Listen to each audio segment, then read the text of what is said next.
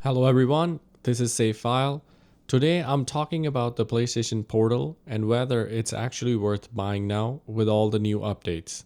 I'll go over how I have been using mine and why now you don't actually need a PlayStation 5 in order to use it.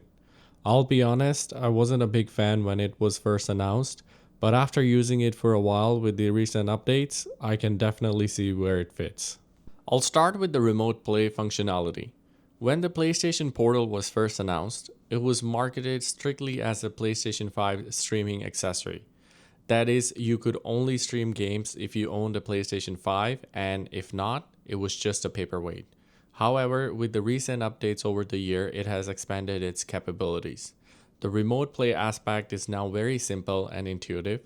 Once you select the Connect from the menu, it links up quickly, allowing you to control your PlayStation 5 just as you would on the TV.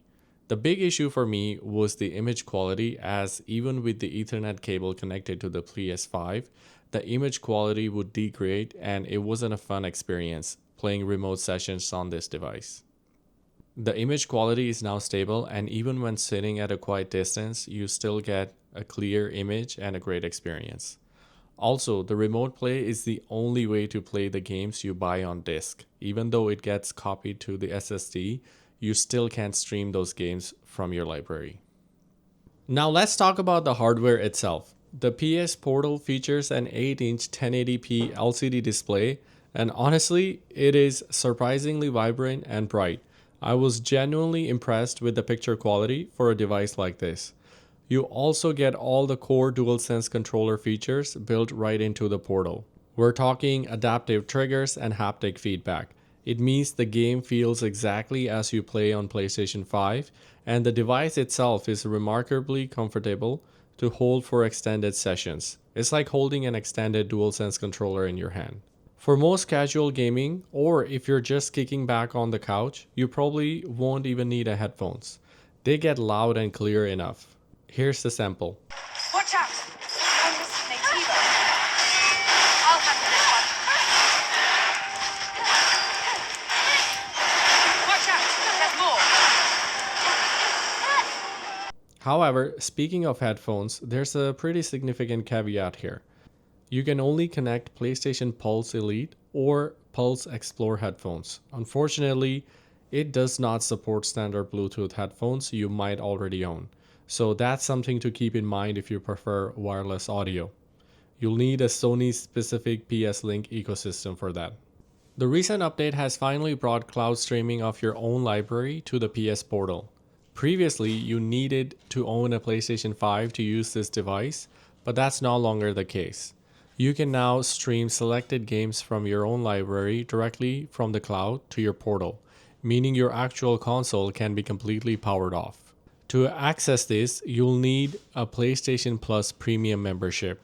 As you can see on the screen, the subscription can get quite expensive on its own, but it's the key to making the Portal a standalone device. You'll also need a very strong internet connection to keep the gameplay smooth.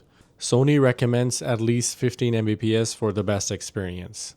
Once you're in the cloud streaming section, you can see all the games in your personal library that are supported. Most major PlayStation titles are here, but keep in mind that not every single game supports streaming yet. Death Stranding 2 and Call of Duty games being the prime example. You also get instant access to the massive PlayStation Plus game catalog. There are a decent amount of PS5 titles available to stream instantly without waiting for a download. It really transforms the Portal from a simple accessory into a cloud streaming handheld for PlayStation. The UI features 3 tabs at the top: Remote Play, Cloud Streaming, and a search function for streaming titles. Within the cloud streaming section, you're greeted by a large, clean tiles displaying your most recently played games. Below that, the streaming games from library option lists every digital title you own in the PlayStation Store. Right next to it, you'll find the option to stream titles directly from the PlayStation Plus library. When you press the PlayStation button on the side, a quick menu appears. This menu allows you to adjust brightness, access to the PlayStation Control Center, disconnect from your console, or the option to troubleshoot. I also took the PlayStation Portal on a road trip to see how it handles real world travel, and it's clear that the experience heavily depends on your network and coverage area. While cloud streaming, my resolution fluctuated anywhere from 540p to 1080p, so that's definitely something to keep in mind if you're on the move. However, in the areas where the internet was stable, I had no issues at all. The gameplay was smooth and responsive. Some of the issues I found include the requirement of premium membership to access cloud features, which can get quite expensive.